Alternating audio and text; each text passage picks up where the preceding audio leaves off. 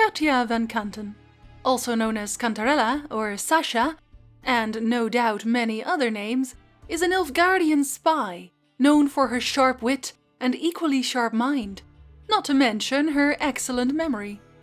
As a spy, her chosen alias was really quite apt. Cantarella, in the real world shall we say, was a poison allegedly used by the Borgias, family to Pope Alexander VI, to eliminate anyone they deemed a threat, or, at times, they also used it to kill for profit. And while Carthia van Canten, as Cantarella, didn't seem to outright kill her targets, she could certainly be described as a poison. During the Second Northern Nilfgaardian War, Cantarella was posing as Vache Rideau's lover for a while. When with Vache, Cantarella pretended to be a quiet, dim-witted girl, whose only interests were sex and listening to Vache vent about his problems at work.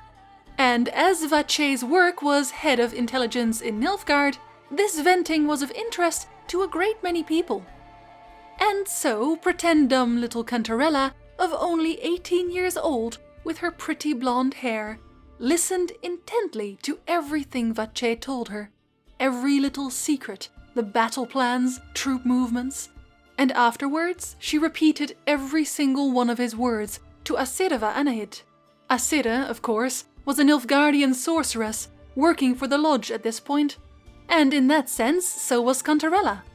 It seems hinted that Cantarella did in fact know about the lodge as well, though it's not discussed openly. Asida, even when annoyed while listening to Cantarella talk about useless information, knew that while it seemed useless at the time, Cantarella never brought up anything unless she had good reason, and her conclusions were usually accurate. Regardless, although Cantarella was clearly very good at her work, it wasn't what she wanted in life. She was in fact a devoted student to scientific research, which she had interrupted to work for Asida. She even asks Asida how much longer she was to play the dumb doll for her spying job, because she'd rather go back to her research. Unfortunately, Asida needed her a little longer still, but when the war eventually drew to a close, Cantarella suddenly left poor Vache, leaving him heartbroken, as she no doubt went back to her research for a time. However, that didn't seem to last long, and it no doubt had everything to do with her connection to Asida. During The Witcher 2, Asideva Anahit is revealed to Nilfgaard as a member of the Lodge of Sorceresses. She is, of course, subsequently killed. Considering her close relations to Asida, Cantarella very likely realized she might be connected to the dead sorceress. And so she left for the city of Novigrad, like many mages did at the time, as it was thought to be a neutral city. She would have to go even more undercover than she already was, being an ex-spy and all, which meant coloring her hair a darker shade, instead of her golden locks, and changing her name to Sasha, which is how we eventually meet her during a high-stakes Gwent tournament in Novigrad. Sasha. Sasha what? Or maybe just skip right to telling me your real name. Place like this, Sasha will need to suffice. It seems, however, that even with her new hair and her new name, Sasha, she still wasn't safe staying in Novigrad among the chaos. Again, just like the mages. She did, after all, still have a hint of a Nilfgaardian accent, and Radovid's forces wouldn't take kindly to a Nilfgaardian spy in their midst. So she joined the Gwent tournament in an effort to grab enough crowns to leave town and flee back to Nilfgaard. Even if she didn't win, she intended to swipe the winnings, and she asked Geralt for help in doing so, solely because Fringilla Vigo had recommended Geralt as dependable. From the start, it's obvious who she is, even though she of course introduces herself as Sasha. She seems to know everything and more about her opponents in the Gwent tournament, and when the tournament's prize is eventually stolen, Cantarella uses her sharp wit to ensure Geralt has a chance to investigate the crime scene. I say, this Witcher is Captain Hansen's good friend. He could examine the crime scene. Charge only a trifling. A fee? But... We will, of course, collect it from the Captain personally. How is his injury from the other week? Has it healed yet? Well, I'd heard it had. Splendid. We shall go upstairs at once. When the thieves are finally caught, the inconspicuous halfling from the tournament, it seemed that Cantarella was losing her touch a bit.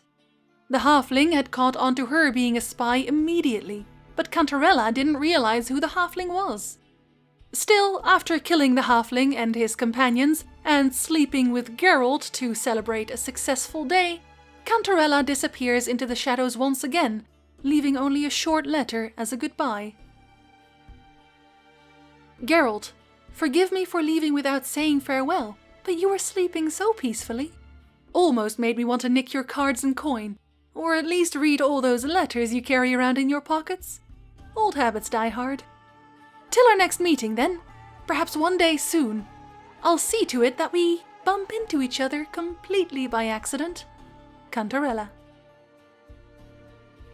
And you might think she went straight back to Nilfgaard at this point. That doesn't seem to be the case, however. After we free Fringilla Vigo, it seems the sorceress got back in touch with the spy and sent her off on another mission, this time in Toussaint. Even though Fringilla doesn't seem all too friendly with Cantarella, judging by her very Yennefer-esque letter found in Beauclair. Spied for you? Not just for us, probably. I doubt she wishes any harm upon me or other sorceresses, but one must be very careful what one says in her presence. Cantarella had been on a mission regarding Prince Ansei of Lyria and Rivia. What that mission entailed exactly, we can only guess, but perhaps the Lodge is fishing out possible kingdoms to sink their claws into once again. Meve could certainly use the quote-unquote help of the Lodge.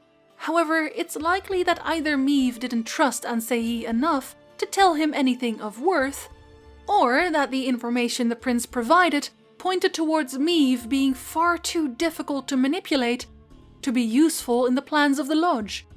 Regardless, Ansei was dropped like a bag of bricks, just like Vache, and Cantarella went off to do what she did best once more. To spy, of course, even if she'd rather work in science.